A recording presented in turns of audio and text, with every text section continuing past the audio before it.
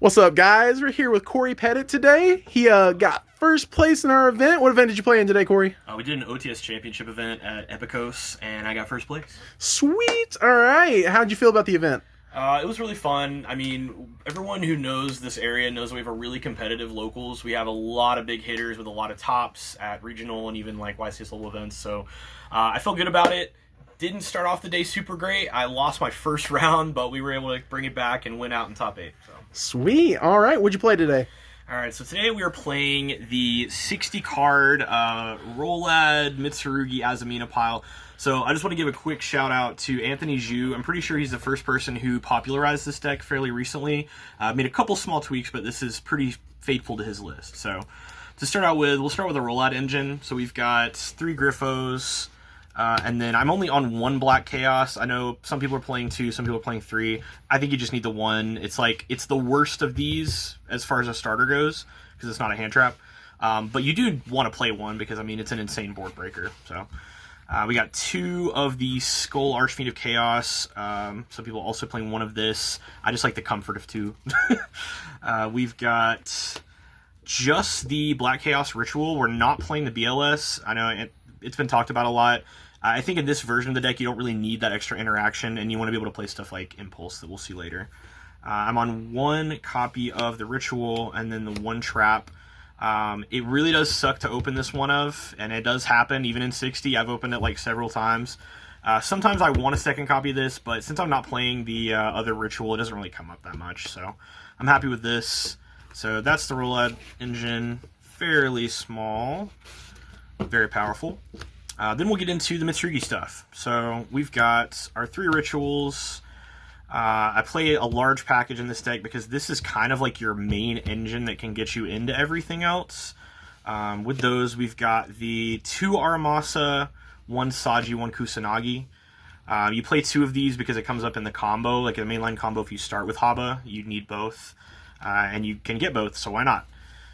Besides the monsters, we have Prayers, obviously. I feel like this card's going to get hit on the ban list, and I'm going to be really sad about it. 1 Ritual, 1 Mirror, and then I do play the Trap in the main. I think it's a too important not to for game 1s. I have been siding this out in some game 2s, like going second, but it's just a really powerful card, so I like having it in the main. Is the Snakes. Then we'll get into the Azamina engine. So I'm on 3 Diabell Star the Black Witch, Sorcery Sombre, because I have German ones for some reason, or French. We have 3 Wanteds, the 1 Deception, and the 1 Hollowed. You don't need any more, you don't need any less. I never really side these out if I can help it. It's a whole engine, and it helps get you into a lot of stuff, so I think it's worth running the whole thing. We have the Adventure stuff. So we've got 2 Water Enchantress, 1 Griffin, 1 Wright, 1 Fateful, 1 Dracoback. Previously, I was on a larger engine. I was on like 3 of these, 2 of these, but you really don't need it. And this is such an easy 6-card side out going second every time that I just like having it in a condensed package like this. You can get to this a myriad of ways, so you don't really need to run maximum and like open it. Then we're going to get into kind of the bridges. So this is my favorite little sub-engine in the deck. Is the Mask Master with the Nightmare Hands. I just run 2, you don't really need 3rd, and even though it's in 60, you kind of run out of space. This guy can help bridge you into everything. This is an honorary part of this package, is Foolish Burial. This guy can send Skull Archfiend to get that in play. It can send your Water Enchantress. It can send basically any dude that you need. It's just an insane card. Sweet. And then I've never really got to resolve the second effect of this to take an opponent's monster, but I feel like it'll come up one day.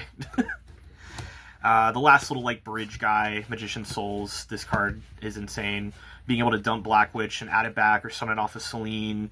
Being able to dump Black Chaos, add it back to hand with Firewall, just crazy. It's crazy to see a 1 of like that in the 60-card deck. I know, right? And it's such an important 1 of. Like, you genuinely need this a lot of the time. It's very good. Additional consistency cards. We're on the 3 Ragged Record of Rights, only on 2 pre-prep. I love this alt art. It's super cool, giving Gaia some love. Want max consistency, but you don't really need 3 of this, because you're really just getting to Haba, and you have so many ways to Haba. But yeah. Lastly, we're talking about the non-engine in the main. So, obviously, you have to be on Fua. The card's too good. It's Max Sea Light. Perulia, this is good in most matchups. It does enough, even if it's an Upstart Goblin. What matchups was it bad in? Striker. Striker? So I played Striker in the finals. I did open it game 1, pitched it, and he started with linkage, so he never summoned from hand, so it was just a discard. Super unfortunate. But in most matchups, it's pretty good, and I played 4 or 5 Elf Note today, and this is great against Elf Note. So. Oh, sweet. Yeah, I heard there was a lot of Elf Note in there today. So many. I got the gauntlet, bro.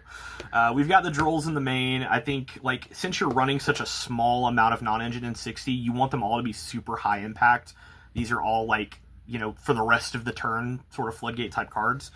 The only exception to that would be Sloth. I think this card is just kind of busted. Just lets you draw into a ton of cards and kind of sculpt your hand perfectly. You know, with 60, you are going to open hands sometimes where you open a bunch of random kind of like bricks or engine requirements, and being able to kind of put those on the bottom for higher quality cards is peak. And then the last in the main is 3 Droplets. Oh, yeah. Love Droplet. Wouldn't cut it. Came up so many times today. Won me a couple games. Sweet. Heck yeah, man. Yes, sir. We're going to the extra deck next? Yeah, so that's main. Let's go into the extra deck. If you've seen any of these piles, this will feel pretty cookie cutter, except for maybe one card. So, Link 1, I just played the Anima. It actually does come up. Sometimes stealing your opponent's monster is really funny. Link 2s, we've got Cross Sheep, Reaperdocus. Please ban this, Konami. SP Little Knight, and Dark. Dark has not been coming up as much as I want it to, but I know it's going to as soon as I take it out. So I'm just going to keep it in. I feel that. Deep in my soul, buddy. Yeah. Every time, bro.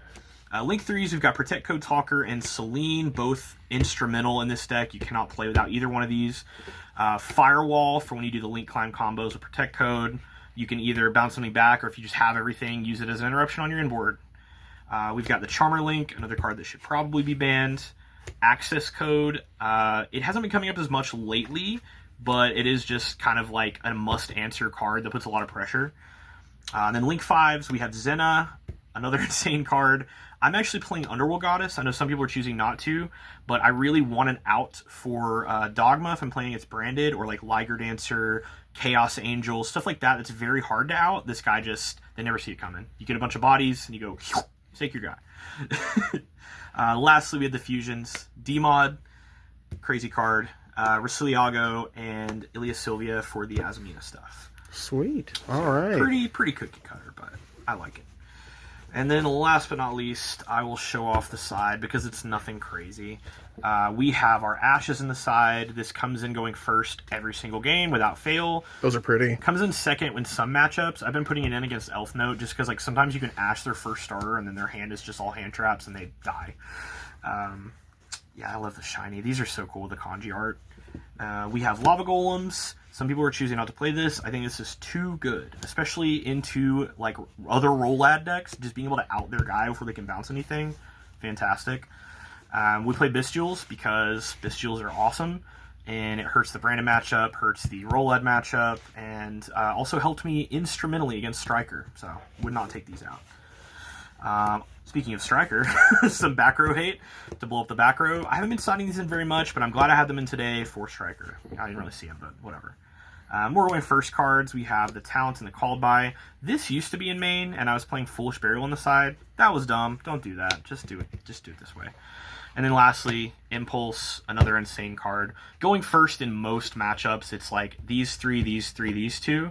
You take out 6 Adventure Engine cards, and then you'll take out like 2 redundant searchers or something for these. But that's pretty much it. That's the side deck. The deck was insane. Anytime you get to play, it feels unbreakable. So I'm very happy about it. Awesome. Are there any flex slots? Anything you do differently this time around? Next time around, if you had another event? Honestly, I don't think I would change anything in the deck. My only consideration is like it depends on the format.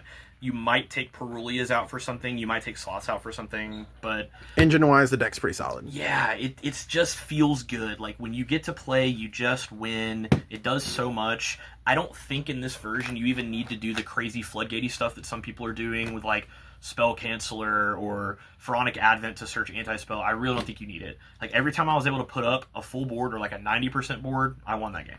So Oh, that's awesome. Consistency can almost always beat power deck sometimes, because they get bricky, right? Nobody wants to draw that. This deck goes so wide, so you just have this massive board, and your opponent's trying to think so hard of like how to break this and keep in mind all the interactions, and you really feel like you're in the power seat when you play this deck. That's awesome. Yeah. Well, Corey, thank you, man. Congratulations on first place. Any final thoughts?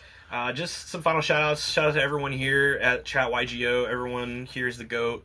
Shout out to Epicos for hosting. This was like maybe our first OTS event ever, which is really cool, like for the championships.